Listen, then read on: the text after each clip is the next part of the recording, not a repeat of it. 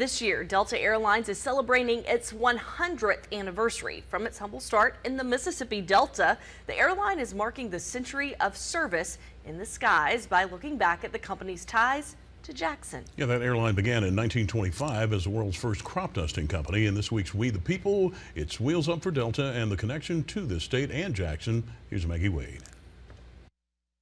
Delta Airlines sent three on your side these photographs from 1929. This is the very first passenger flight for Delta from Dallas, Texas to Jackson.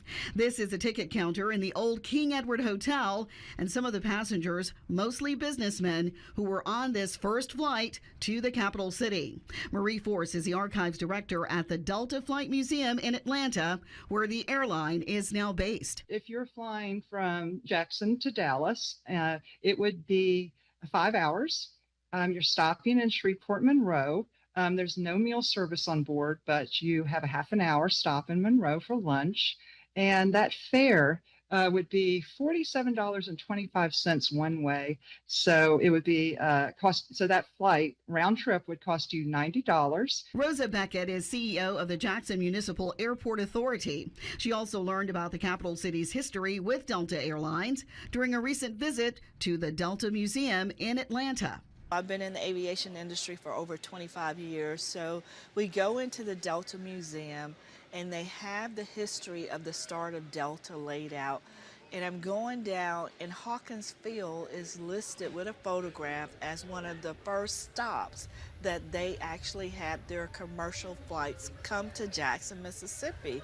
In addition to that, to hear the history on how Delta was named, because they started in the Delta area, so they actually named the airline in tribute to the Mississippi Delta. Force says Delta has renovated its museum in Atlanta right next to the airport. The company has the largest archives of active airlines in this country that have been collected since the 1950s. We're actually housed in two 1940s hangars. They are the original hangars that Delta moved here in 1940 when the headquarters moved to Atlanta from Monroe, Louisiana. So you're walking through our largest artifact, actually, at the museum is the actual hangars themselves. What you see today at the Jackson Medgar Wiley Evers International Airport is a whole lot different than where Delta landed the first passenger flight for the airline. There were dirt airfields back in the day. You have a airplane that's carrying up to 5 passengers and 1 pilot.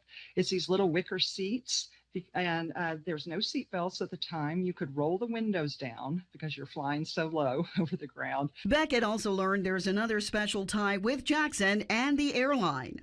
At the Delta Museum, they laid out for us where they got some of their first flight attendants, where they got some of their first reservationists, and they were from Millsaps College in Jackson, Mississippi. Force says the 100th anniversary will be celebrated all year long. She says the Jackson market has always been important to and for Delta Airlines. Delta was founded in 1925 as the world's first aerial crop dusting company. So a really unique beginning.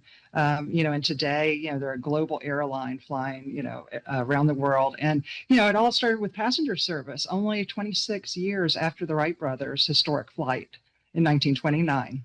And Jackson was one of those first cities that Delta served. Delta is the first U.S. airline to turn 100, a major milestone for the company and the part Jackson played in the airline taking off. For We the People in Jackson, Maggie Wade, 3 on your side.